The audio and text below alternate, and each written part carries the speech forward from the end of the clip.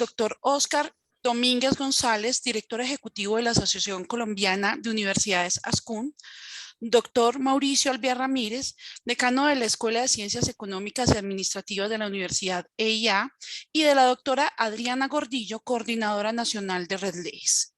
Damos entonces la palabra al doctor Óscar Domínguez González, director ejecutivo de ASCUN.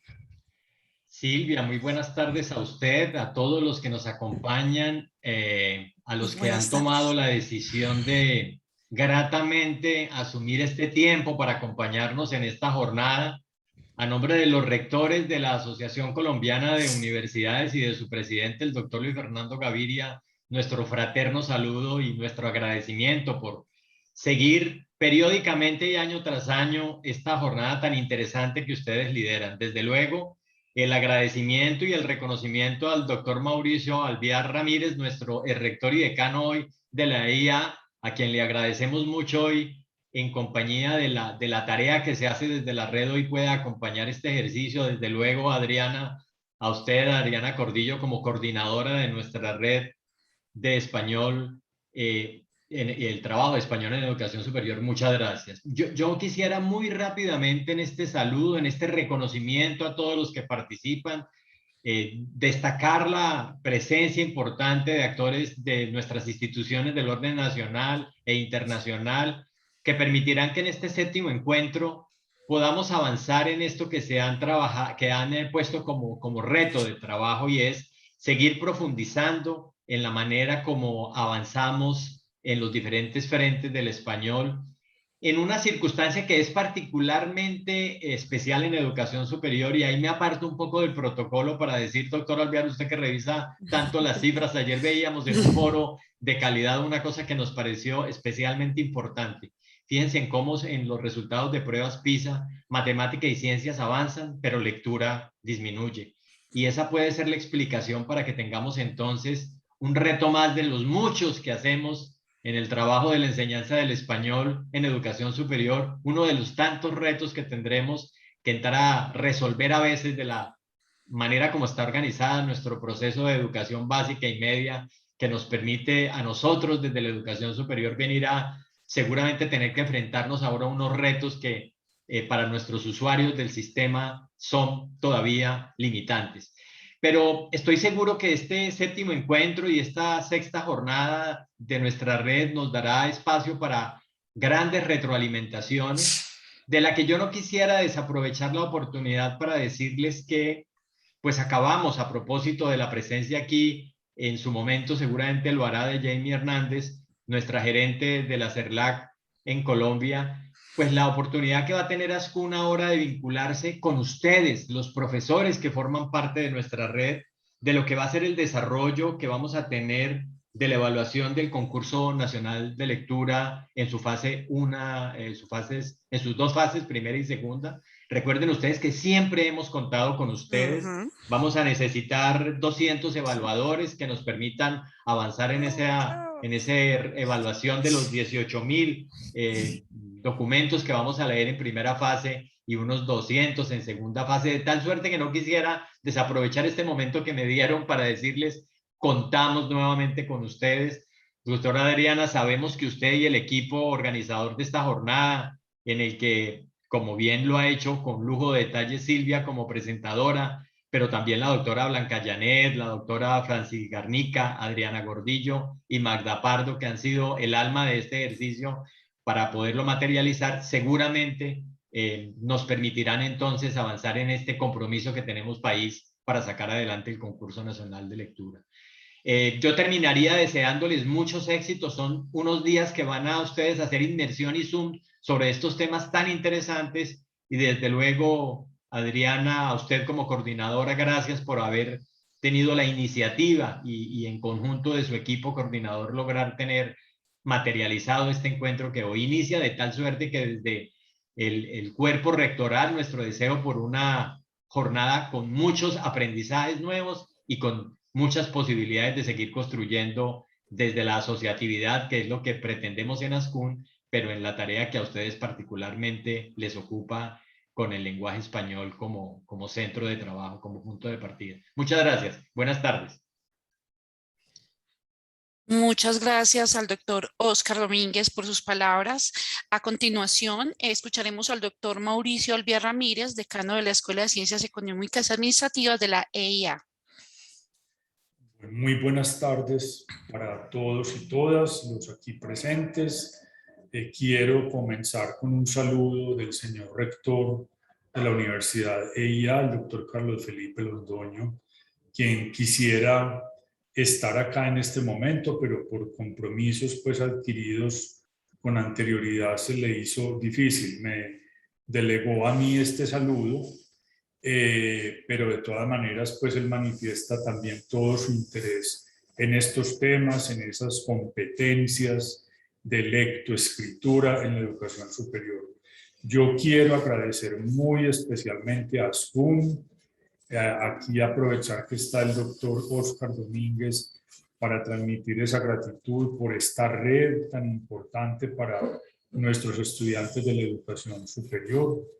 Adriana Gordillo por toda esa labor de coordinación en el ámbito nacional, a la profesora Silvia Calle de la Universidad de IA, que le ha puesto también todo el empeño para que estos eventos, el 6º y 7º Congresos Internacional y Nacional, salgan con todo el éxito posible.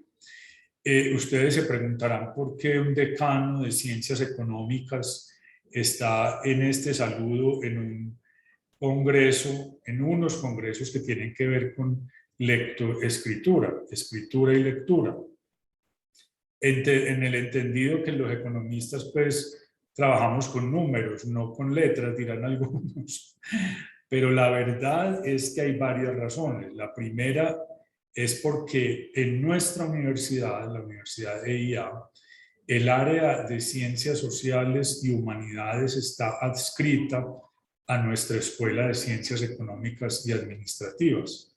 Eso es digamos, un asunto de tipo organizacional y administrativo, pero quizá lo más importante es que en mi formación de economista, el tema de la escritura y la lectura han sido fundamentales. Y yo recuerdo en mi época de estudiante y de profesor en aquel entonces en la Universidad de Antioquia, con un grupo de profesores muy inquietos en estos asuntos, creamos el Seminario de Lectoescritura para Economía, que después se fue extendiendo a otros programas y a otras facultades de la Universidad de Antioquia.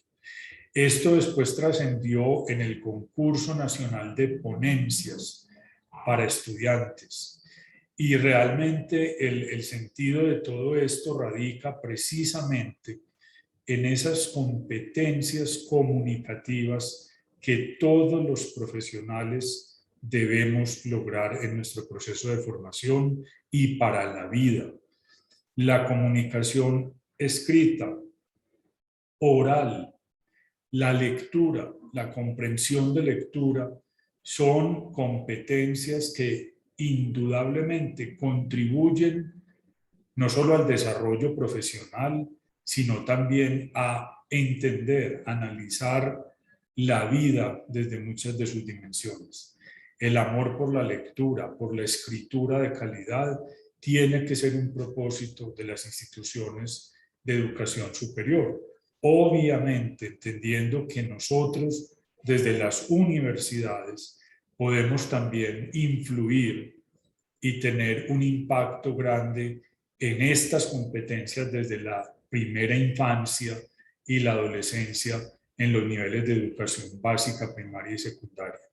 Comunicarnos a través del lenguaje escrito, oral, de la lectura, los libros como esos amigos inseparables del ser humano, en esa mirada intelectual de la vida, considero que son elementos fundamentales y que en este espacio, en nuestros 2 congresos, seguramente vamos a desarrollar con lujo de detalles y de competencias.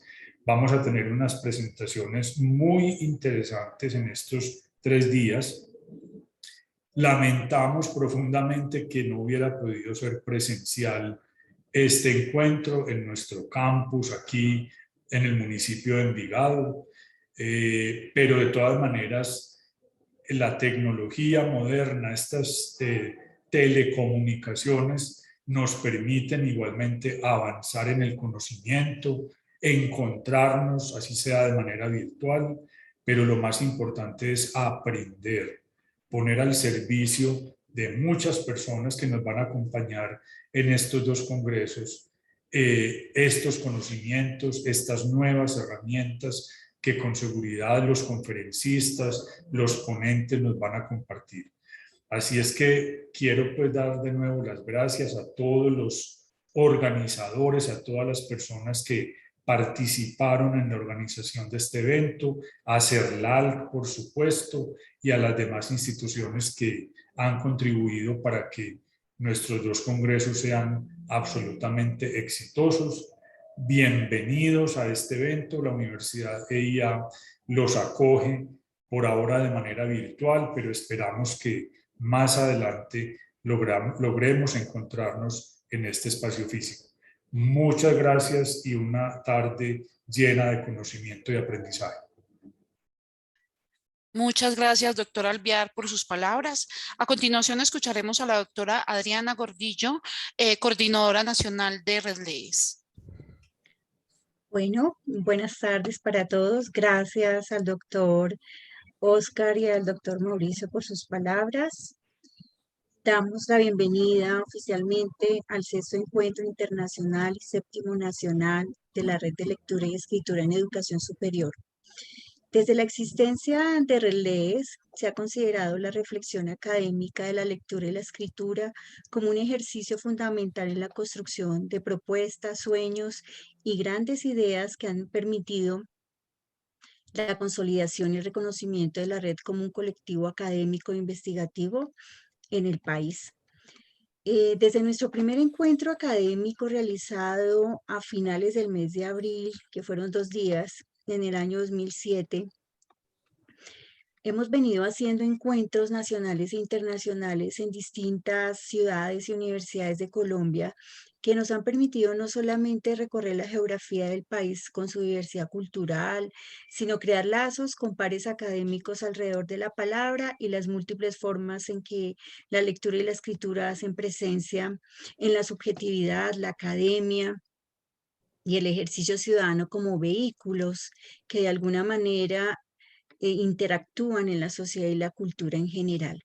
Actualmente, la red está constituida por más de 50 universidades del territorio colombiano y un centenar de miembros interesados en promover el diálogo y la reflexión sobre la lectura, la escritura y la oralidad, de alguna manera para favorecer la calidad educativa a nivel regional, nacional e internacional.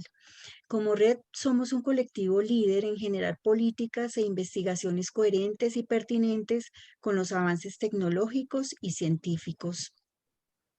En este encuentro abrimos un espectro amplio desde diversas perspectivas sobre los procesos discursivos de lectura y escritura y se definieron, pues como ustedes ya conocen, los asistentes 5 ejes con subejes, ¿no? En el primer eje, aportes multidisciplinares a la lectura y la escritura. El segundo eje, prácticas de lectura y escritura en la era digital.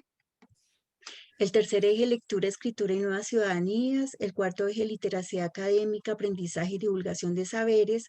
Y el quinto eje, creatividad, lectura y escritura. Los invitamos a hacer un recorrido minucioso por la programación del encuentro que ofrece durante esos 3 días y que a futuro con acceso pues posterior permanente cuando se liberen para el público en general. Tendremos 40 ponencias, 8 conferencias, 4 presentaciones de publicaciones nuevas, 3 pósters, una mesa temática, un panel, 2 talleres, 15 conversatorios componentes y además de un taller y un conversatorio que tuvimos ayer en el marco de la Feria del Libro. Este encuentro contribuirá a contestar la pregunta: ¿qué aportan los diferentes campos del saber a la comprensión de los procesos de lectura y escritura en los entornos educativo, político y sociocultural? Es importante entonces que estemos reunidos y finalmente, pues no podemos menos que recordar porque en estos tiempos amigos y docentes que ejercieron gran incidencia con sus ideas y acciones en el mundo de la enseñanza en Latinoamérica ya no se encuentran con nosotros y pues publicaron y con sus publicaciones diseminaron ideas de las que nos surtimos otros para hacer nuestro oficio. Entonces, este encuentro también ha querido hacerles un homenaje a los colombianos Gloria Rincón, Jaime Bernal y Giovanni Gómez, y también a Giovanni Parodi de Chile. Y los invitamos a seguir los enlaces que hemos ubicado en la página de nuestro encuentro para conocer más de su vida. Bueno, me resta darle las gracias a los presentes, a los que están acá, a estar en estos 3 días, eh, nutriéndonos de todas las conversatorios, de las ponencias que van a tener la oportunidad de verlas. A todos ustedes, bienvenidos a este encuentro con la palabra. Gracias. Muchas gracias, doctora Adriana Gordillo, por sus palabras de bienvenida a nuestro encuentro. Finalmente, entonces, quisiera agradecer nuevamente a los doctores Óscar Domínguez, Mauricio Alviar y Adriana Gordillo por estar acá presentes en este momento de apertura de nuestro encuentro nacional e internacional de la Red de Lectura y Escritura. Quisiera entonces dar algunas indicaciones para lo que viene a continuación en nuestro evento. En este momento, a las 4 de la tarde, inician las conferencias del doctor Manuel Dávila Guerra del Parque Científico de Innovación Social de Uniminuto y a Jamie Hernández Toscano, gerente de lectura, escritura y bibliotecas de CERLAL UNESCO Colombia. Estas dos conferencias son simultáneas. Así que quienes vayan a permanecer en la conferencia del doctor Manuel Dávila Guerra, se quedan en este enlace, en esta misma conexión. Quienes vayan a asistir a la conferencia de Jamie Hernández Toscano, se dirigen a los correos que les fueron enviados en donde aparece el enlace para ingresar a esta conferencia. Les recordamos también, es importante entonces también destacar que entre las 6 y las 8 de la noche, ¿cierto? 6 de la tarde y 8 de la noche tendremos los espacios denominados conversando con los ponentes, en donde cada uno de los participantes, tendrán la posibilidad de dialogar con los autores de las ponencias que recibimos. Fueron un número muy significativo y valioso, sometido a un buen proceso de selección. Entonces es para dialogar con estos ponentes. También están los enlaces en la programación que se les envió. Recuerden que la idea es que primero hayan accedido a los videos que se encuentran en YouTube, cuyos enlaces también se compartieron, para así poder llegar al encuentro, a la ponencia, a conversar, a dialogar, a hacer intercambio de saberes a partir de lo propuesto por los autores. Sean pues bienvenidos una vez más a este 6º encuentro internacional y 7º nacional de la Red de Lectura y Escritura en Educación Superior, encuentros y desencuentros en las investigaciones sobre lectura y escritura. Disfrutemos todos juntos de estos 3 días de conocimiento y de interacción académica.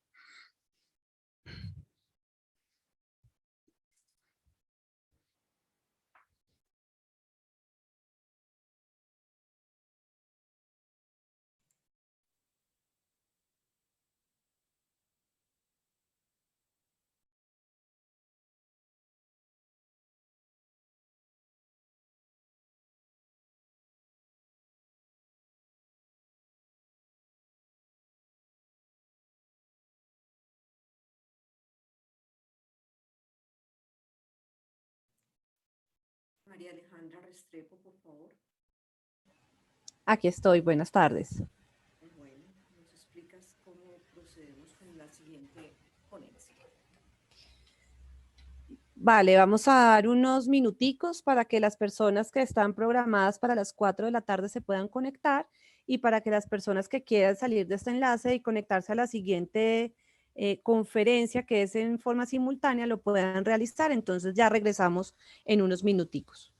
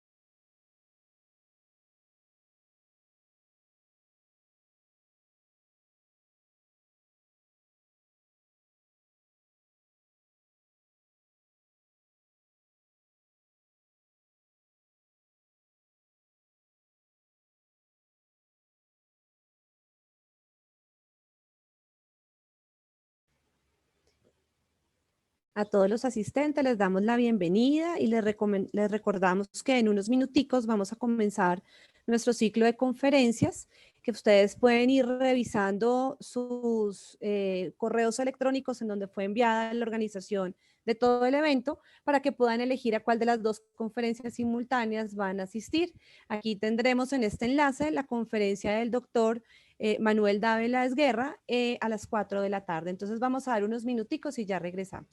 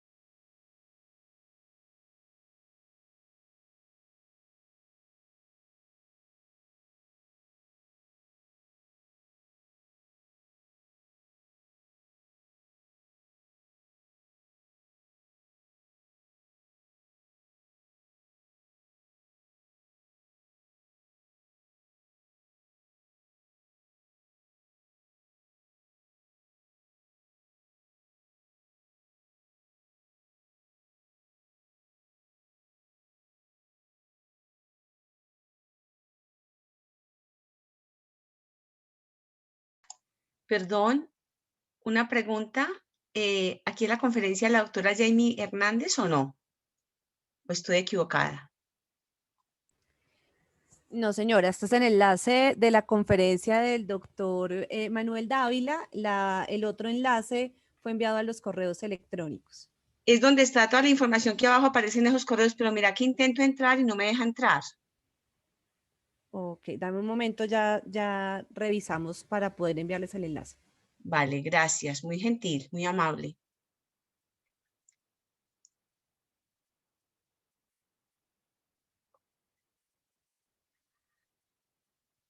Ah, o entro por acá. ¿De dónde dice enlace 2? Yo estaba en el otro. Voy a intentar por acá. Sí, señora, en el enlace número 2 está la otra conferencia. Ahí vuelven a aparecer mis daticos y me digo unirse a la reunión y no más, ¿cierto? Sí, señora, tal cual. Bueno, ay, gracias, muy amable, perdona. Con mucho gusto, no hay problema.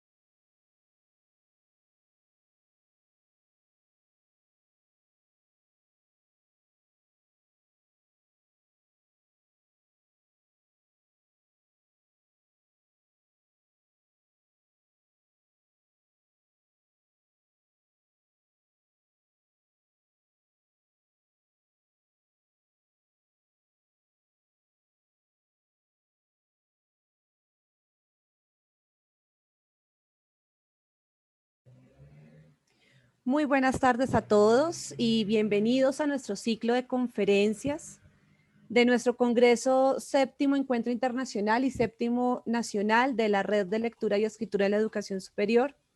Empezamos nuestra conferencia de minería de opiniones del doctor Manuel Dávila Esguerra, inscrita en el eje de prácticas de lectura y escritura en la era digital y el subeje de prácticas letradas en redes sociales.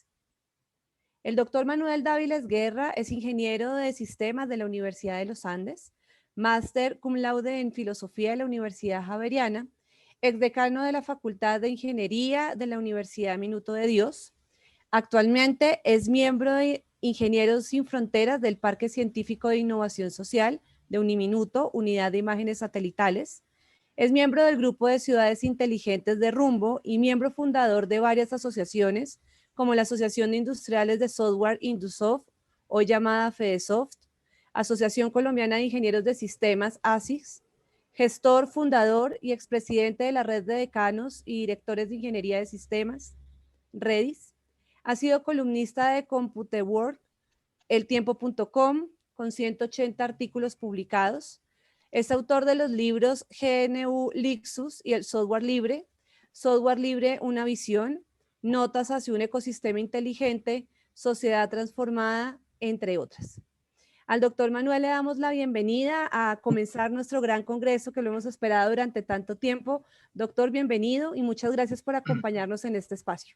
Muchas gracias. Hay un inconveniente con la cámara, no sé si esté controlada desde afuera el permiso. Dame un segundo, ya sí. Solucionamos. Y voy a compartir pantalla de una vez. La cámara tiene el permiso. De pronto en la parte de abajo si está para iniciar video. Sí, tengo Start Video, pero no ves, aparece un mensaje que dice no puedes comenzar el video en amarillo, ¿sí? Que es un tema de la plataforma. Deme un momento.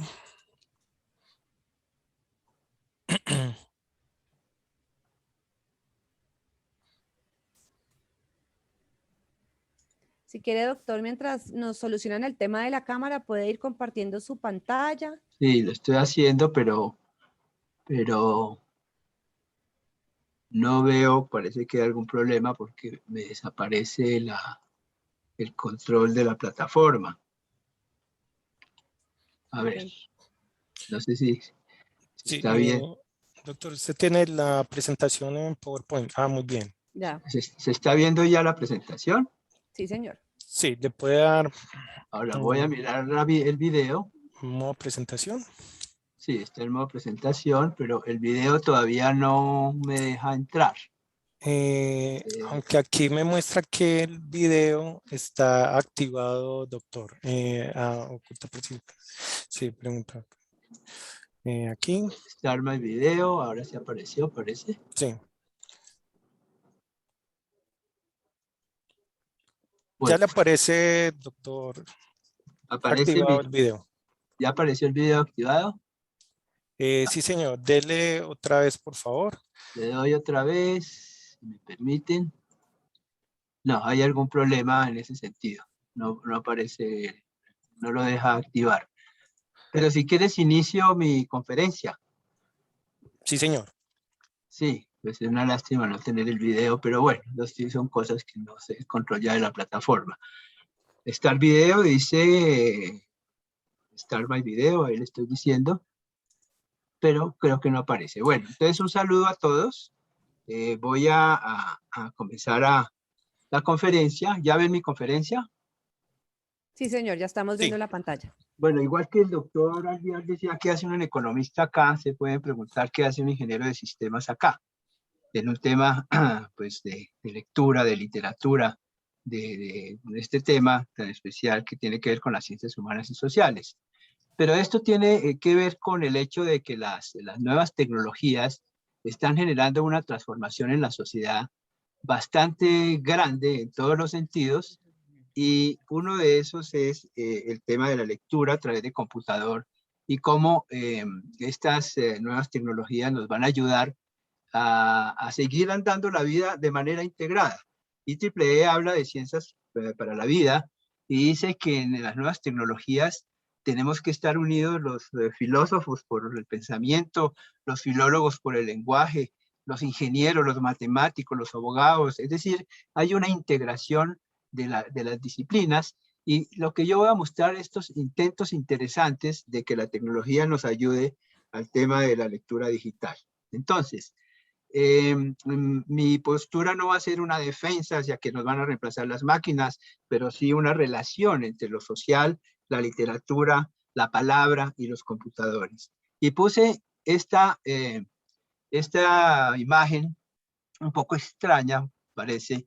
Al lado izquierdo pongo al Quijote, con sus 471 páginas, 240.000 palabras, 1 millón de caracteres, etcétera, que es la literatura. Y al lado derecho puse el computador más complicado que encontré, que en realidad este es del 31, el Mark I, que se construyó para Harvard en el 44. Como ven, esa era la computación de esa época. Entonces me fui bien atrás en ese sentido, pero vamos a hablar de lo moderno. Imagínense, este era un computador de 760.000 ruedas, 800 kilómetros de cable, y que tiene un origen de la máquina de Turing. Turing fue el que encontró las claves en la Segunda Guerra Mundial de los alemanes, y gracias a él casi se puede decir que terminó la guerra, y creó la máquina de Turing, que fue como el primer concepto de un computador moderno, porque desde antes había más conceptos del computador. Bueno, entonces vamos a proceder. Aquí tengo 4 libros y los pongo un poco adrede, porque cuando hablamos los que estamos tratando de hacer innovación de temas nuevos, pues nos miran un poco extraños, ¿no? Análisis de sentimientos es un tema que es eso, de que está pensando. En realidad, estos 4 libros, el primero se llama Sociedad Transformada, es mío, y es un libro con unos 70 artículos que he publicado sobre las nuevas tecnologías, pero con ese concepto de que nos están transformando de alguna manera. Y no cabe la duda que todos sabemos que nos están transformando en el comportamiento de la sociedad, de las personas, de los abogados, de todo la sociedad. Y los otros son libros sobre minería de opiniones, donde se habla de las emociones, del Twitter, de todo lo que se escribe en la red. Análisis de sentimientos, es el libro que aparece allí, donde se habla con el lenguaje natural, cuando la persona escriba cómo puede proyectar sus sentimientos y cómo se lleva a cabo un proceso tecnológico para lograr de interpretarlos. Y a la derecha, la revolución de los datos, porque el dato ya es el personaje de la época, ¿sí? La minería, de la ciencia de los datos y los miles de datos que hay ahorita en Internet. Para eso, y haciendo referencia a ciencias para la vida, hace varios años, siendo yo decano de la Facultad de Ingeniería de Uniminuto, que fui hasta hace poco realmente, llevo allí un buen tiempo, hicimos un evento sobre esto en donde congregamos a personas como Jorge Reynolds, el inventor del marcapasos, y ahí estoy yo pues con mis temas, pero está una filósofa, Betty Martínez, Ernesto Lleras de los Andes sobre sociedad y tecnología, una psicóloga, Rosa Isabel Galvis, experta en el tema de bullying, María Cristina, filóloga, un abogado, un licenciado en informática, y Carlos Cantor, un comunicador. Y hablamos cada uno sobre qué opina sobre las tecnologías en esta nueva era y la transformación de la sociedad, que es un poco ejemplo de esa integración de todas estas carreras trabajando en conjunto. Creo que hay un micrófono prendido por ahí. Bueno, entonces, fíjense ustedes, esto pues obviamente esos links están en las conferencias, está todo en internet hoy en día, pero qué interesante oír hablar de metafísica y de filosofía y de ese relacionamiento de las ciencias humanas y sociales con la tecnología. Para comenzar, les comento el famoso tema del Big Data, y la verdad, los términos en ingeniería son muy pomposos, ¿no? Nada más ingeniería, inteligencia artificial, wow, ese es un término, machine learning, Big Data, blockchain, y realmente el lenguaje nos puede confundir porque a la hora de la verdad son cosas que tienen una explicación humana y no un poco la magia que se le da y esa especulación que existe en los medios donde hablan de que nos van a reemplazar los computadores. Pero claro que sí ayudan y transforman. En el caso del Big Data, yo lo llamo la máquina para leer el pensamiento, ¿sí? Ese es un concepto raro, ¿no? Porque no voy a hablarles de P&G, ni de financiero, ni de mercadeo, sino voy a hablar de factor humano alrededor de toda esta situación. ¿Por qué lo llamo así? Porque resulta que allá en los servidores de los Estados Unidos, en Google, en Facebook, en Twitter, desafortunadamente 5 empresas que tienen concentrada toda la información del mundo, están los textos, los blogs, las noticias, los gráficos, plataformas donde hay el video que nos toman en los parqueaderos, en las oficinas, en la universidad, etcétera, y obviamente no se interpreta. De eso no quepa la menor duda. Y hay un riesgo de seguridad nacional inclusive con el hecho de que todos esos países exterior están conociendo todo lo que opinamos acá. Esos poquitos caracteres de Twitter, con todos los políticos, ¿no?, dirigiendo el país con Twitter, ustedes se imaginan cómo está siendo interpretada esa información. Y entonces, ¿pero qué tanta y cuál información? Vamos a ver si esto me funciona, esta entrada. Espero que estén viendo. ¿Están viendo unos números? Sí, señor. Bueno, esto yo lo llamo el mundómetro. Las empresas del mundo en estadística se están uniendo y a nivel de nanosegundos nos muestran el estado del mundo. Por ejemplo, aquí vemos el contador de población mundial creciendo. Si ustedes ven el número, cómo crece, esto lo conoce mucha gente ya. O sea que ya no necesitamos el censo no vamos en un futuro más cercano a necesitar el censo de hace 3 años, sino ahorita, en un segundo anterior, cuánta población existía, porque cuando se sube a las nubes, los datos, pues ahí está la información. Entonces, es impresionante el número de datos que hay, pero yo me voy a centrar en estos de acá. Observemos estos de acá, sociedad y medios. Al momento de hoy, hoy ha habido 185 mil millones de correos electrónicos. Ha habido entradas de blogs, 5 millones. Ha habido 560 millones de tweets. Y ha habido 5.517 millones de consultas en Google, ¿sí? Entonces, nos podemos nosotros preguntar realmente qué cantidad de información existe. Y eso es lo que a la hora de la verdad conforma entonces el famoso Big Data, que es el que menciono yo acá. O sea, grandes datos, ¿sí? Simplemente es eso. Hace años eran pocos los datos. Pues ahora las tecnologías tienen que pensar en millones de datos y qué va a hacer con esos datos. ¿Cómo después de leer 1 millón de datos sobre textos puede crear un histograma de la información allí contenida en una página? Una reducción de la información. Entonces, lo llamo la máquina para leer el pensamiento, porque en realidad nos leen y nos podemos leer, como yo voy a mostrar ahora, lo que escriben las personas, lo que hablan e inclusive los gestos a través del rostro de las personas con las cámaras que hoy día existen. Bueno, entonces ese es un primer tema como para introduciendo los que, si bien los nombres de las tecnologías son pomposos, son naturales, simplemente es crecimiento de datos y obviamente tenemos que revolucionarnos en ese sentido. Bueno, yo tomé esta información que acabamos de ver, que en nanosegundos nos muestra lo que está pasando en el mundo. Tomé 5 segundos con tecnología, claro, y me pregunté qué habrá pasado en 5 segundos en el mundo. Eso hace 20 años no era posible. Hoy día, mire lo que pasa en 5 segundos en eso que acabamos de ver. La población mundial se incrementó en 58 personas. La fecha de esto no fue hoy, fue hace unas semanas. Nacieron 99 personas. En esos 5 segundos se fabricaron 48 automóviles, 97 bicicletas, 2 libros nuevos y 935 entradas a blogs. Se enviaron 54 millones de correos en los 5 segundos y 173,000 tweets. Las búsquedas en Google generaron emisiones de CO2, 1 millón de consultas hubo en esos 5 segundos. Se incrementaron en 4 besos en el mundo y murieron 8 de hambre. Nos faltan 14,000 días para que se acabe el petróleo. 5 personas murieron de cáncer, una por VIH, mientras se fumaron 3.917.000 cigarrillos. Y 3 murieron por fumar y una por alcohol. Y hubo un muerto por accidente de automóvil. Un chiste irónico es, parece que no estaba Bogotá en la estadística, ¿no? Un muerto en los 5 segundos. Bueno, fíjense ustedes que esto determina una transformación de la sociedad y de la política para poder realmente manejar un país y saber para dónde van, el crecimiento de la agricultura, el crecimiento de la población, qué políticas podemos tomar, etcétera.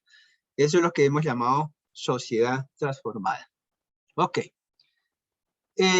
Aquí voy a comentarles algo sobre el lenguaje y la palabra, porque un poco esa palabra que digo que son un poco pomposos en computadores, se hablan de verbos asignados al computador que nos hacen pensar que son inteligentes. Se dice la inteligencia artificial, de hecho, que la verdad está primitivo todavía. Se habla de que un computador sabe jugar ajedrez. Ese verbo ya personaliza como si fuera humanoide. Tiene memoria. El computador aprende. El machine learning, sí, aprende. Eso se dice. Y entonces uno dice, wow, un computador aprende. Esto confunde a la sociedad en lo que realmente es la tecnología. Dicen que actúa como un ser humano, que discierne, que puede tener conciencia. Alan Turing, el que comenté de las claves de la Segunda Guerra Mundial, el padre de la inteligencia artificial, en realidad hizo una pregunta a los sabios y les dijo, ¿pueden pensar las máquinas? ¿Tendrán alma? Y hay un documento hermoso sobre eso con todo tipo de respuestas. Todos pensaban que Alan Turing iba a decir que sí y al final dijo, no, no es posible. Porque el computador decía cosas como no tiene sex appeal, no tiene sentimientos, no tiene simpatía, no tiene empatía. Es decir, los elementos humanos son irreemplazables por una máquina. Pueden ser simulados, pero no reemplazados. Y a la derecha hay una cantidad de cosas. Hay robots que dicen que son poetas, escritores, que componen música, que pintan, que conversan, etc. Ya uno en el carro le dice, llámeme a fulano de tal y llama. Entonces, todos esos conceptos hacen pensar, humanizar la máquina equivocadamente. Y al final tengo la máquina moral de los carros autónomos, que es una pregunta que hace MIT, cómo los sensores deben del carro autónomo responder perdón, ante una situación en que tenga enfrente a alguien pasando y al derecho hay un precipicio. ¿Qué decisión toma el sensor? Nosotros en la ética digital que hemos montado en la Asociación Colombiana de Ingenieros de Sistemas, llegamos a la conclusión de que no puede tomar decisiones éticas la máquina, si acaso lanzar un número aleatorio y tomar decisiones aleatorias, porque ya las máquinas se dice que pueden tomar decisiones, pero detrás hay una programación. Bueno, el dato. En este libro de Data Revolution dibujan una pirámide, es un concepto muy interesante, es bonito. Dice, el dato solo es dato, un número. Con más contexto se vuelve información, informa, dice algo. Pero si tiene más contexto, da conocimiento y al final puede generar sabiduría o inteligencia. Es una pirámide porque ya se comienza a pensar que es un dato. ¿Un dato solo, un número, significa algo? No, significa si hay un contexto alrededor del dato y tiene que ver con lo que vamos a ir viendo. Entro un poquito en el mundo filosófico con Heidegger. Entonces, el lenguaje. El lenguaje es muy extraño. Uno habla. Heidegger dice, pero el lenguaje no es el dispositivo boca, botando aire y ondas sonoras, sino hay detrás algo más importante. Antes del lenguaje está el pensamiento, está el alma, un poco metafísico, ¿no? Dice el lenguaje es la casa del ser. Dice en su morada habita el hombre. Son temas muy de Heidegger. Los pensadores y poetas son los guardianes de esa morada. Habla de Hölderlin, el gran poeta alemán, que habla de metafísica del Rin, del río Rin como un concepto de la vida. Se manifiesta el ser a través del lenguaje. Y bueno, son unos conceptos metafísicos de Heidegger. Sigmund Freud, y esto va para lo técnico de ahora, dice una cosa muy chistosa. Dice el que se le traba la lengua puede ser un reflejo de pensamientos ocultos e intenciones escondidas. Y también en la manera como la gente escribe en Twitter y en los medios o en una carta o en un discurso, se pueden encontrar cosas que a veces no se ven a simple vista, pero la tecnología nos puede ayudar hasta encontrar las trampas en los mensajes que se pueden dar. Esto lo escriben unos técnicos de la Universidad de Austin que trabajan sobre la psicología de la palabra y tiene un mensaje muy filosófico, ¿no? Las palabras que usamos diariamente reflejan quiénes somos y la relación social en que estamos envueltos. El lenguaje es la forma más común y más confiable como la mente traslada sus pensamientos internos y sus emociones a una forma en que los demás lo puedan entender. Palabras y lenguaje son la esencia de la psicología y comunicación. Son el medio por el cual la psicología cognitiva de personalidad clínica y social intenta entender a los seres humanos. Y obviamente la palabra va a estar representada en un verbo, en un sustantivo, en un adjetivo, en muchos términos que son los que determinan el adjetivo, por ejemplo, el sentimiento, el verbo, la acción, y el sustantivo, las cosas. Y entonces comenzamos a ver que como hablamos, reflejamos muchas cosas de nosotros. Bueno, Lonergan, otro filósofo de Insight, del libro Insight muy famoso, es otra cosa, dice cómo interpretamos unos caracteres que están escritos en letra negra en un libro, pues, y esa palabra se convierte en un concepto y la frase se convierte en una idea y el párrafo se convierte en un mensaje, y dice cosas como no pelee con el autor, él enseña a leer, ¿no? No pelee con el autor, léalo, que está leyendo sobre un autor que usted detesta por su manera de pensar, léalo, pelee después con el autor, política, léalo, y después toma sus propias conclusiones. Y a través de esos conceptos, por ejemplo, unos científicos neurólogos, ¿por qué el cerebro entiende un carácter y una letra y una palabra? Y esa palabra tiene un significado en la mente y en el alma que va más allá de los caracteres. Y de ahí nacieron las expresiones regulares que se usan en el desarrollo de software para el tema de interpretar. Entonces, uno de mis trabajos que es hacer software, yo pues no uso software tercero, yo lo hago. Nunca voy a competir con las grandes cosas que hacen IBM, ni Microsoft, ni Google, pero como académico e investigador me enfrento a la dificultad, a las limitaciones de la tecnología también y a ver hasta dónde se puede llegar. Entonces yo tengo mi proyecto que se llama Minería de Opiniones o Análisis de Sentimientos. Pero antes de eso, esto lo incluí hace unos días, la Universidad de Oxford habla de la metafísica de la realidad aumentada. Fíjense ustedes cómo esto pone a pensar a los filósofos también. Y ellos se preguntan qué diferencia hay entre leer HTML, es decir, navegar en la web con HTML o leer un libro. Y él dice, el libro, que es una lectura secuencial, invita a la reflexión de una manera intuitiva. Mientras que el HTML es un tema de saltos, de intuición, de pérdida, porque me entrega donde no era y me devuelvo y busco hasta llegar al fin. De cierta manera, cuando estás frente al HTML en una página web, estás interesado en el final, ¿no? Pero los filósofos dicen que Ulises no estaba interesado en llegar donde Penélope todavía. Él estaba interesado era en viajar y en las aventuras que tuvo en la Odisea, que ustedes la deben haber leído, y las sirenas que lo invitan a quedarse quieto y no ir hacia la modernidad. Bueno, es todo un concepto. Entonces el HTML invita a finalizar, a terminar, mientras que la vida es más importante el proceso que el terminar. De hecho, una cosa que pasa a los académicos, cuando terminan un doctorado, después de sufrir mucho y desear mucho acabar, se deprimen cuando entregan la tesis de grado. Entonces, son conceptos de la vida que tienen que ver, y fíjese, metafísica de la realidad aumentada, escrito por filósofos de la Universidad de Oxford. Muy bien. Y entonces aquí entro en una parte dura, rara, ¿no? Este es el diagrama de la plataforma que yo desarrollo, pero cuento de qué se trata. El software debe extraer de textos no estructurados los datos. ¿Qué es texto no estructurado? Cualquier cosa que se le presente. Él debe extractar eso y entrar en un proceso en donde analiza con bases de datos de verbos, sustantivos, adjetivos y muchas más cosas.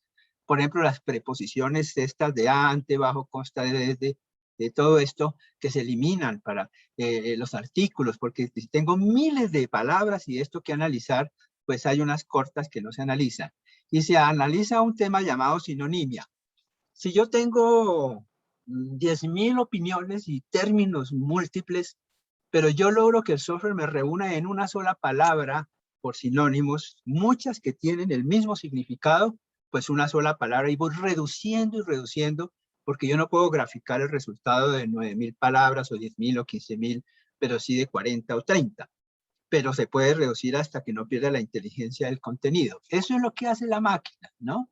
Y luego entra a un proceso de Big Data, que es una plataforma, un software especializado para que cuando hay grandes números, pues no dure un mes procesando, sino que dure 6 horas o 4, etcétera. Entonces es donde está la tecnología de la técnica del Big Data, y aquí atrás estamos hablando de la palabra. Tenemos un problema en este trabajo porque la RAE pues no he encontrado que nos regale las bases de datos de adjetivos y de adverbios y de verbos. Le toca a uno conseguirlos como pueda, y es una queja de todos los que investigamos a nivel del mundo en el tema del lenguaje. ¿Por qué? Porque aquí la máquina debe estar alimentada con todos esos elementos, como los adjetivos, por ejemplo, con restricciones fuertes, porque hay comunidades que usan su propio lenguaje. Por ejemplo, en Colombia, en la unidad de memoria histórica, con los paramilitares y todo eso, el lenguaje de esas comunidades es distinto. Tienen palabras propias. Lo mismo lo hacen los que son jugadores, lo mismo, etcétera. Entonces, es un tema que tiene un nivel de complejidad, pero que algo se ha avanzado. Como cosa curiosa, cuando uno hace software, hace sistemas de pruebas y normalmente lo hace con datos de números. En este caso, los datos de mi plataforma para yo trabajarlo son libros. Y escojo ciertos textos con una dosis de neurosis, perdóname la palabra, ¿no?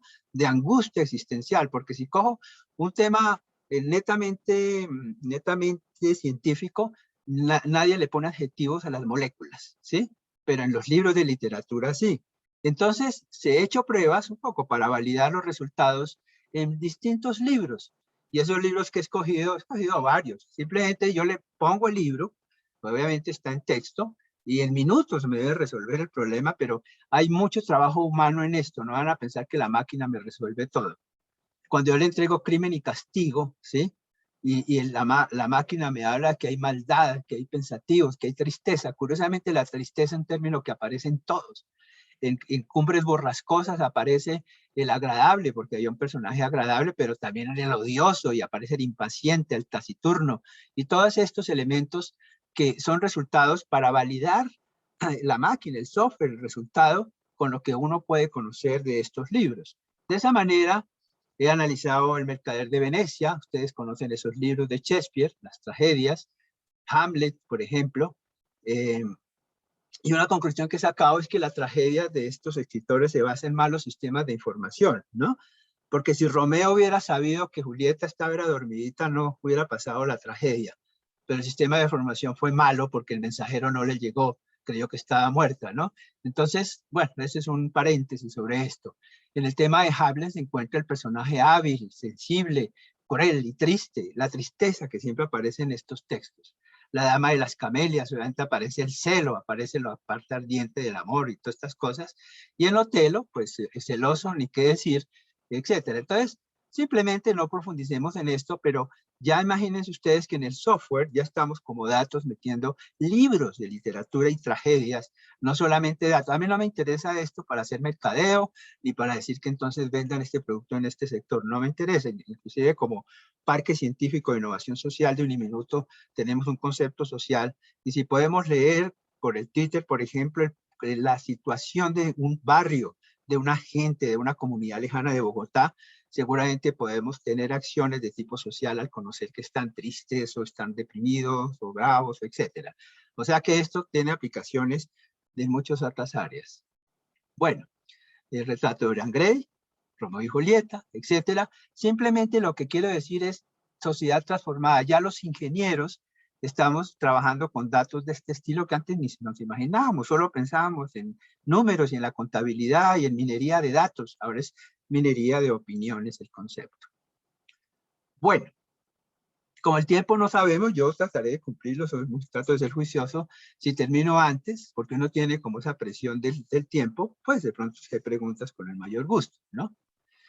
Bien, este tema, por ejemplo, de la diversidad léxica, es que cuando uno lee algo de alguien o lo escucha, esa persona puede repetir palabras, decir lo mismo, volverlo a decir, poco vocabulario, o usa palabras que no están dentro de la ley del diccionario, sino que son palabras como inventadas o medio domésticas.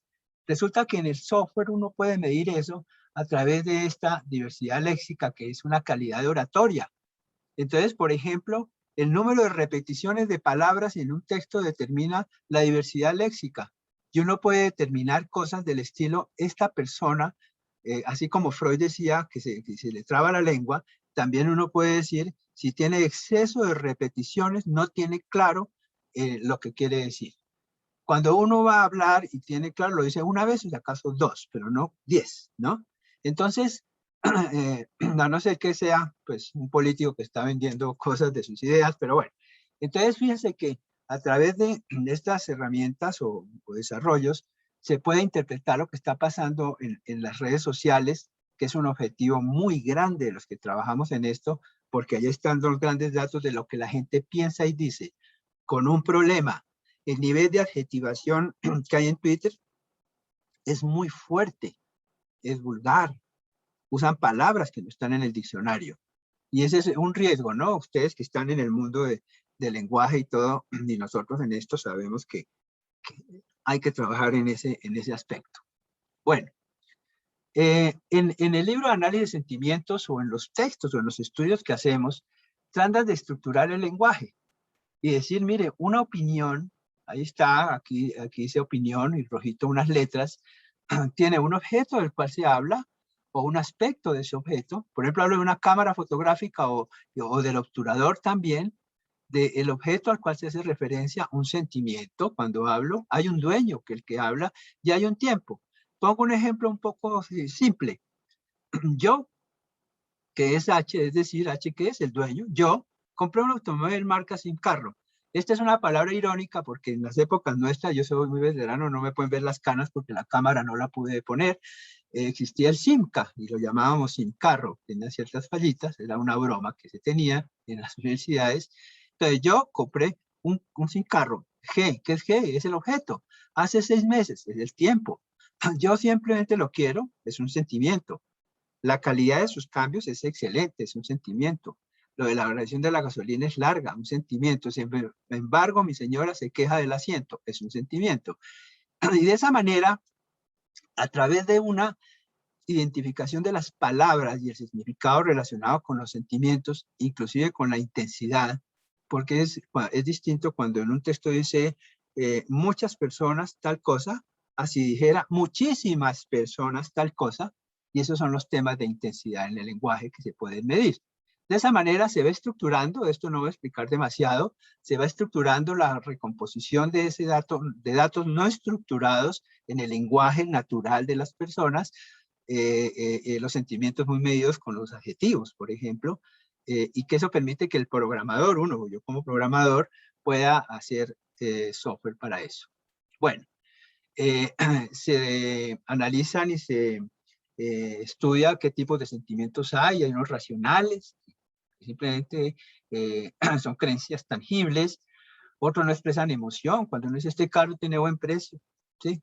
Sentimentales, un tema de la psicología de las emociones, orientaciones positivas, negativas, neutrales, intensidad, adjetivos que expresan sentimientos, como bueno, maravilloso, malo, pobre, terrible, intensificadores como el muy, el por lo tanto, el extremadamente. Entonces, fíjense ustedes que es nuestro lenguaje, pero tratado de entenderlo en cuanto al sentimiento que viene en el escrito.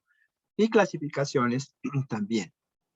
Bueno, hay temas como el afecto, la emoción, el estado de ánimo de la psicología, y hay un estado del arte que se llama Human Machine Interaction Network on Emotions, ¿sí? Que es interacción de la red sobre emociones de el humano y la máquina, ¿no? O sea, ya se ha adelantado mucho estudio sobre eso para poder continuar con un proceso de desarrollo en este tema. El estado de ánimo, por ejemplo, ¿no? Que es una manera de estar triste, está pesaroso. ¿Por qué? Eso se puede medir mucho en lo hablado, mucho por la misma velocidad o no de las palabras, por el tono, y en el lenguaje, por el tipo de palabras que están expresando.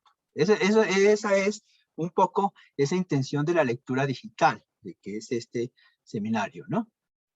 Bueno, aquí muestro algunos resultados que hemos hecho. En la Asociación Colombiana de Ingenieros ASIEM creamos la Comisión de Ética y creamos los 4 principios de la ética de la ingeniería colombiana, que están ahí abajo: veracidad, integridad, responsabilidad, precisión, etcétera. Pero hemos hecho unas taxonomías que es preguntarle, por ejemplo, a 300 profesores qué cree que no es ético en su trabajo, ¿sí? Pero ellos escriben un texto. No responden 4 preguntas, escogen 4 respuestas.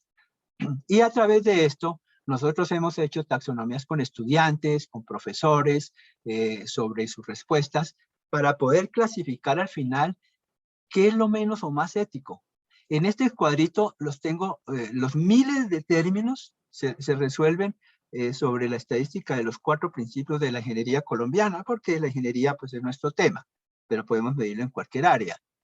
Pero es muy difícil que, por ejemplo, cuando yo tengo 9.000 opiniones o 10.000 o 12.000 o muchos, lo haga una persona que coja 300 páginas escritas de lo que dice la gente y decir, bueno, ¿qué es lo que dice esto? Ahí es donde entra la máquina, el software, la tecnología a ayudarnos y mirar, y le debemos ver con amabilidad, no con rechazo, porque nos va a ayudar. Entonces, ya terminando un poco, este trabajo lo hicimos para Coffee con ASIEM, donde tuvimos 9.400 frecuencias de términos, 2.200 personas que nos escribieron muchas páginas sobre qué no es ético según un estudiante, sobre ellos mismos, y qué creen ellos que no es ético de los profesores. Y a los profesores los pusimos a decir qué no es ético en ellos y de los estudiantes. Y esos miles de opiniones, aquí vemos los volúmenes, 9.000, 6.000, etcétera, pues esta tecnología nos ayuda y a determinar cosas como estas. Si la ética es el respeto por el otro, el concepto de otros aparece 1.441 veces, ¿sí? Y ese concepto de otros, con ayuda de toda esta tecnología, me lo distribuyen esos otros que ellos hablan. Este es solo un pedacito de la investigación. Ese otro es el profesor, el compañero, el estudiante, el docente, las personas, alguien genérico, la sociedad misma, los ingenieros piensan en eso, etcétera, ¿no? Y cuando hablan de fraude, ¿no? Que aparece el fraude 377, aparecieron en una de estas encuestas. Entonces, ¿qué es fraude? Fraude es hacer trampa, sobornar, robar la nota, falsificar, copiar, etcétera. Es decir, ya entramos en el tema propio de cómo algo tan frío como unos textos escritos se convierten en una cosa tan maravillosa de interpretación. Y obviamente sobre esto cada palabra se debe escribir en un glosario que haya una significación, porque la palabra clase es distinta cuando hablan los estudiantes o cuando habla un biólogo, ¿sí? Es decir, la interpretación y la máquina, el software, no la máquina, uno la alimenta para que sepa el contexto sobre el cual está trabajando. De todo esto nos nació el concepto de la ética digital. Ustedes ven a poder acá la portal de la revista de Asís, que es ética digital, está Aristóteles pixelado en esa revista, y con filósofos e ingenieros comenzamos a preguntarnos, ¿será que la inteligencia artificial debe tomar decisiones éticas? Es todo un término de estudio que lo hemos llamado ética digital. O sea que entramos los ingenieros y los filósofos unidos a trabajar ese concepto.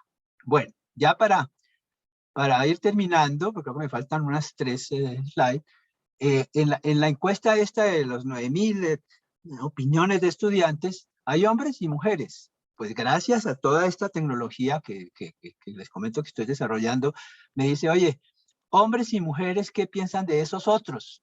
Que son compañeros, no sé qué. Y entonces aquí aparece, por ejemplo, los hombres, esos otros, ¿quiénes son para ellos? Aparece la palabra, una cosa curiosa que no alcanzo a explicar acá, es que mientras los hombres son más secos en el tema, las mujeres hablan más del compañero. Es que para la mujer el compañero del hijo es casi como un hijo. Bueno, son interpretaciones que se hacen. En el tema fraude igual, la azul es los hombres que opinan, esos porcentajes y las mujeres, y estos los temas que consideran que es fraude. Y en los principios de integridad, precisión, responsabilidad y veracidad, que es el de ingeniería, pues también nos clasifica los pensamientos de los unos y los otros.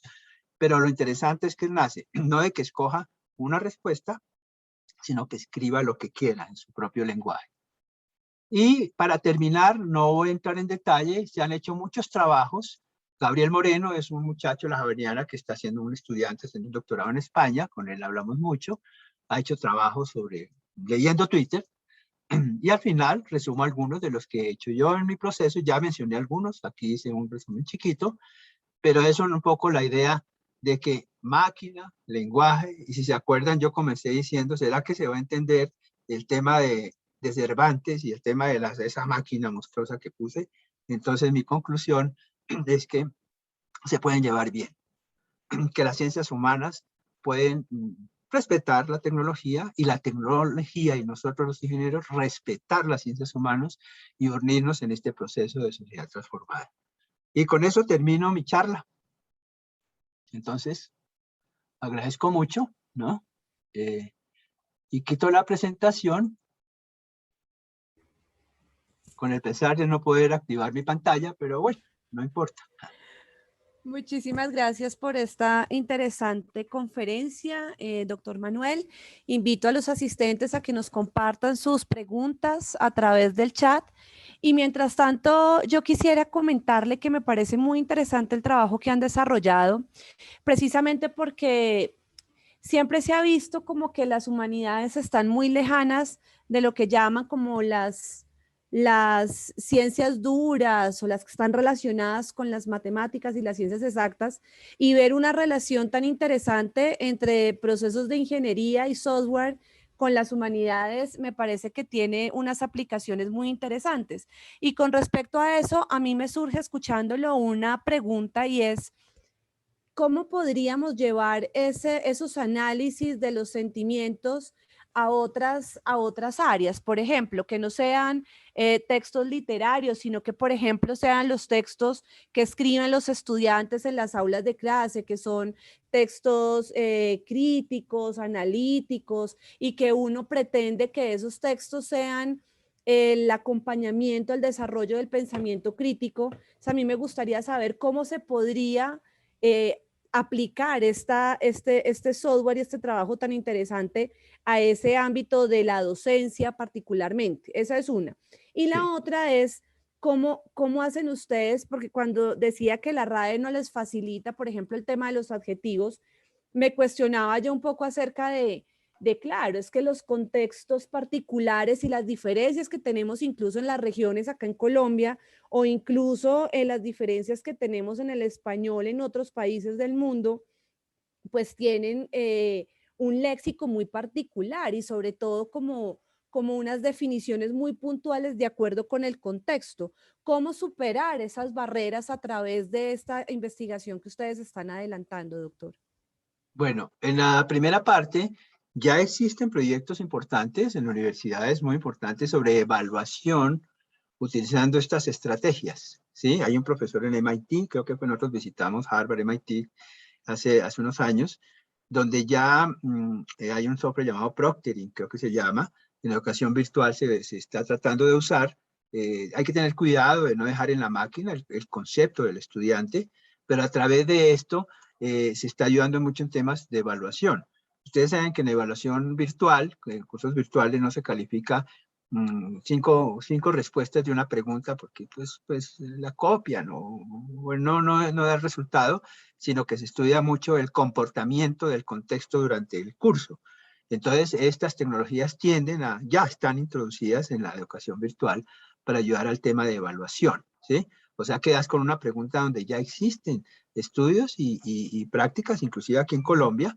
Pronto vamos a hablar de educación virtual en un webinar de sociedad transformada con 4 universidades que estamos de verdad en educación virtual, y se habla de esto. Entonces, ese es un tema.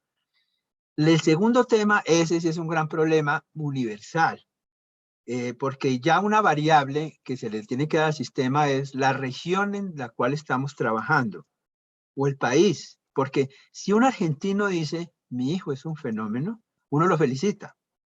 Pero si eso lo decimos en Colombia, no lo felicitamos, porque el contexto de la palabra es distinto. Y cuando estudiamos comunidades, aquí en Colombia, perdona, no me gusta usar las palabras paramilitar, guerrillero, todo eso, pero es una realidad, los lenguajes que se usan o la misma mafia, ¿no? Tienen adjetivaciones propias. En las funerarias, en la aviación, yo fui asesor de aviación hace unos años, y descubrí que dentro de las empresas a los pasajeros los llaman muñecos, ¿sí? Que es una palabra despectiva, ¿no? Pero es una palabra que significa pasajero. Entonces, la verdad para contestarte, Alejandra, es que ese es un problema que hay que seguir estudiándolo, porque hay pobreza en bases de datos relacionadas con estos términos, ¿no? Y cuando un instituto como el de Memoria Histórica, que con ellos hemos hablado algunas cosas, están trabajando cómo interpretar los millones de textos que hay sobre entrevistas con estas personas, lo primero que hay que levantar es el nivel de lenguaje de esa comunidad. ¿Ok? Entonces aquí hay trabajo para los lingüistas, ¿sí? Para los filólogos, psicólogos e ingenieros, ¿sí? Que es esa integración de ciencias para la vida que mencioné al principio. Así es, creo que es una invitación muy importante también para las demás instituciones a empezar a vincular trabajos interdisciplinarios en beneficio claramente de estos estudios, de nuestros estudiantes, del mismo lenguaje y el desarrollo del pensamiento. Muchísimas gracias, doctor Manuel. Gladys Zamudio Tovar nos cuenta, dice, es un gran trabajo interdisciplinario, riguroso y proyectivo. Esto continúa cambiando la educación y estas investigaciones se deben aprovechar justamente para tener datos inicialmente desde el enfoque cuantitativo. Es intrigante y genera curiosidad conocer los procesos y fenómenos que llevan a responder los datos, por supuesto, desde un enfoque cualitativo y ojalá etnográfico. Gracias por esta relevante información. La pregunta sería, ¿cómo enfrentaremos los docentes la educación con mentes que leen de manera tan distinta muchos datos y saltos y abismos a la nuestra? Sí, ahí entra el ser humano, o sea, el ser humano no lo podemos cambiar. Hay un problema en la lectura, estamos en el mundo instantáneo, ¿sí? Donde se quiere todo escribir en 240 caracteres. El tiempo para leer, se ha estudiado mucho ese aspecto. Lo consideran tiempo perdido, leer secuencialmente un libro, ¿no? Si uno le dice vaya a mirar una película de hace varios años que es lenta pero profunda, no lo resisten los jóvenes. Entonces sí hay un problema en ese sentido de la lectura, ¿no? Y lo contrario de Milán Kundera, yo sigo mucho eso. Milán Kundera dice en el libro de la lentitud, dice el conocimiento es inversamente proporcional a la velocidad, ¿sí?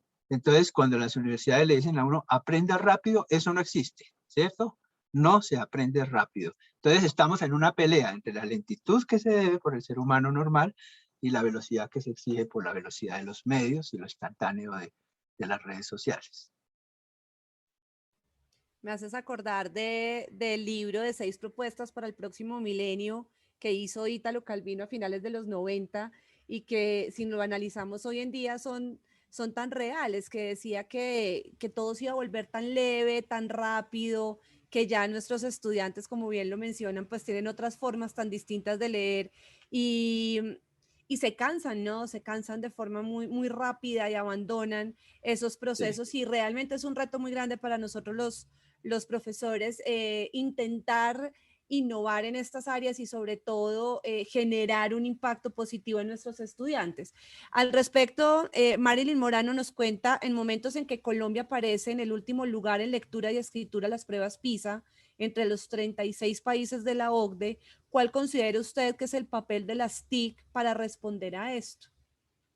Las TIC pueden ser un peligro, por lo que acabamos de hablar, ¿no? Nos queda tal vez la esperanza de Nietzsche, que habla del eterno retorno, ¿no? Es posible que volvamos a esa lentitud, porque de verdad el tema de la velocidad es un mal del momento, ¿no? En investigación lo hablan los resultados tempranos, no me acuerdo, los resultados tempranos, y todo tiene que ser pronto y rápido, y estamos en esa enfermedad, ¿no? Entonces, es un tema que la sociedad se va equilibrando en eso cuando descubramos lo que digo, el conocimiento no puede estar unido a la velocidad. Y los estudiantes, y hay una transformación de los estudiantes por las redes sociales. Es decir, escribir 200 caracteres, pero una página. Tengo un profesor que cuando dice, me leen estas 5 páginas para el lunes, todos se quejan. Y entonces, cuando se quejan, el profesor les dice, la vida es dura, ¿no? Entonces sí hay una dificultad en ese tema. Hay que seguir trabajándole. No tengo la respuesta total.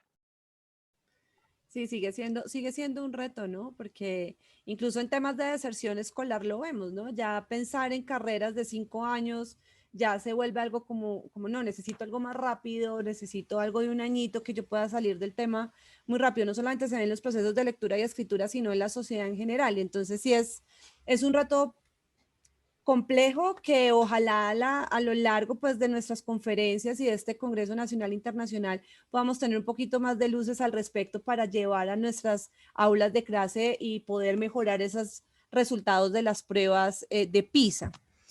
Dice por aquí Diana Raquel Benavides, buenas tardes, ¿qué tipo de software existen para la revisión de textos argumentativos en esa dinámica de la educación virtual?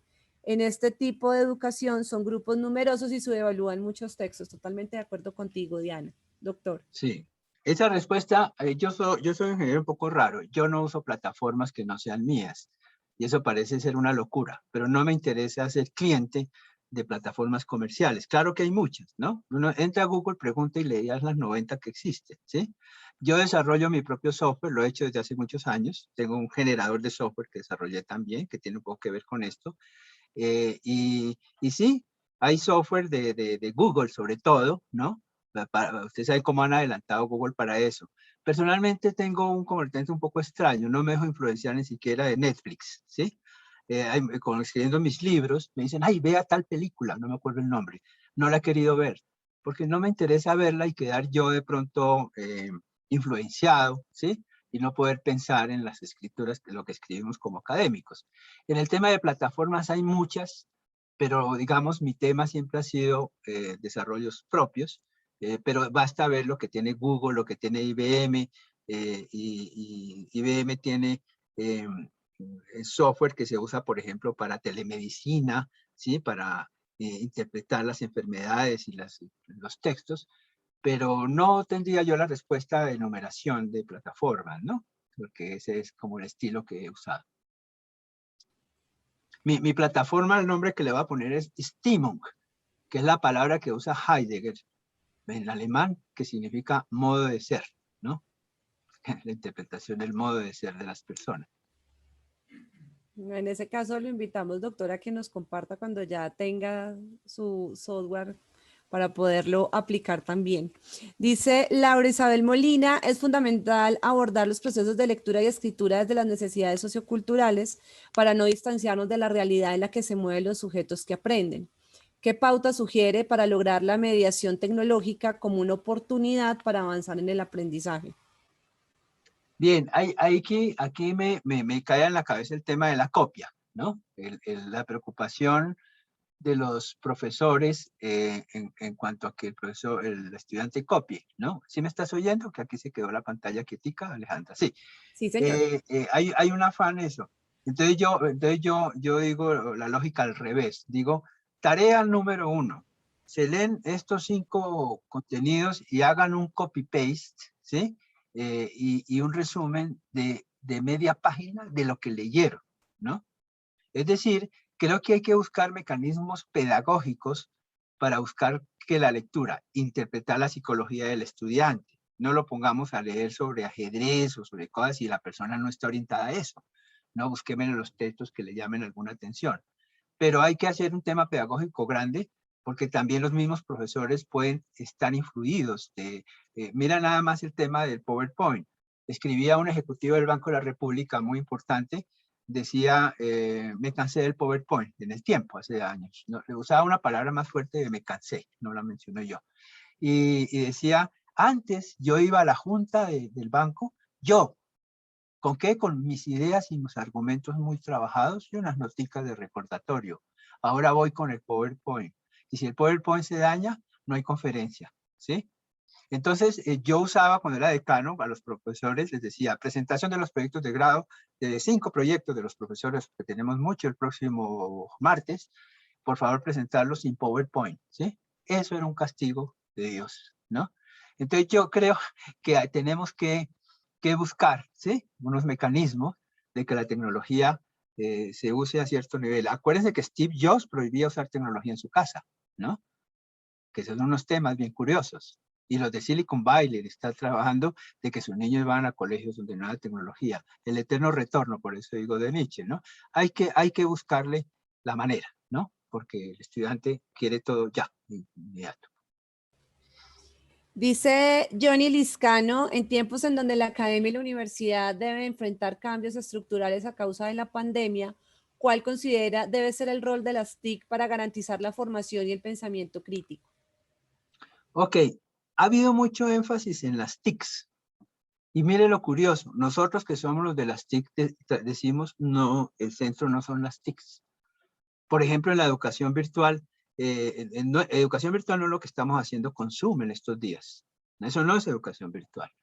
Un modelo de educación virtual implica generar contenidos que hagan lecturas, que sea pedagógico, que sea tecnológico. Obviamente la tecnología nos acerca. Hay que buscar los verdaderos valores de la tecnología y evitar lo que yo llamo la histeria tecnológica.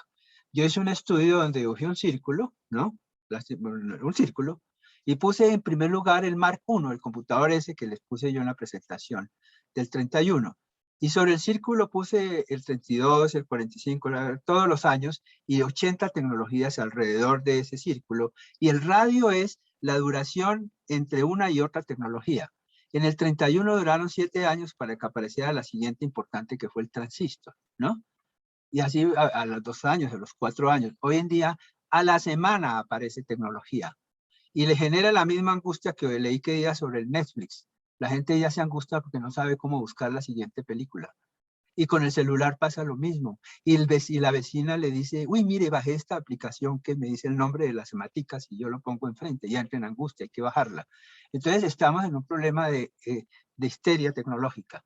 Yo creo que en la academia tenemos que medirla. El TEC de Monterrey, con que hicimos un evento que tiene mucha tecnología muy interesante, decía unas tecnologías tremendas, todas orientadas al estudiante, todas orientadas al aprendizaje, ¿sí? No a la tecnología en sí. Entonces yo creo que eso hay que darle una medida que se va dando, porque las sociedades se van transformándose de manera adecuada, llegando a estados normales, ¿no? Pero hay que evitar el exceso de tecnología. Obviamente la comunicación, esto que estamos haciendo, ¿no? Y sin embargo, mire que no puedo poner mi pantalla, ¿sí? ¿No? Entonces todavía sufrimos de eso. La tecnología más como una herramienta que nos suple los procesos pedagógicos, más bien. Vamos a terminar. Dime. Hay una metáfora, la digo rápido. Aristóteles, en el libro de Ética Nicomaquea, se llama, decía en una parte, el esclavo es una extensión del cuerpo del amo. ¿Sí? ¿No? Y era así, haga tal cosa, ¿cierto? Extensión del cuerpo del amo. La tecnología es extensión del cuerpo de la persona. Uno mueve la mano y se puede abrir la ventana si tiene Kinect, ¿no? Con el dedito lo pone en el celular y hace maravillas, ¿no? Pero Hegel dice una metáfora al contrario que dice del amo y el esclavo. Dice, listo, entonces el esclavo hace todo. El pobre esclavo resulta que se mete con la naturaleza, baja el cajón, lo sube, se inventa la palanca, se mueve, logra el resultado y el amo se engorda, ¿no? Y entonces al final el esclavo se vuelve el amo, ¿no? Entonces, el peligro con la tecnología es que es una extensión del cuerpo del hombre y nos estamos volviendo esclavos. O díganme si ustedes, cuando se les queda el celular en la casa y ya llevan 20 cuadras para llegar a donde iban, no se devuelven, porque inmediatamente uno desaparece del mundo. Entonces, ese es un tema que la sociedad irá organizándose para llegar a equilibrios, ¿no?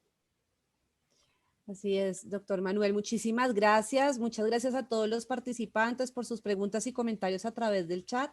Con esta intervención damos por terminada la primera conferencia de nuestro Congreso Nacional e Internacional y los invito a conectarse en el link para la conferencia de las 5 de la tarde, 4 cambios en el trabajo, comprensión de las transformaciones recíprocas en la escritura, las TIC y el trabajo, de Clay Spinuzzi de la Universidad de Austin, Texas. Están cordialmente invitados. El enlace es diferente a este para que por favor revisen sus correos electrónicos y se puedan vincular a nuestra conferencia a continuación. Muchísimas gracias, doctor Manuel, por la participación.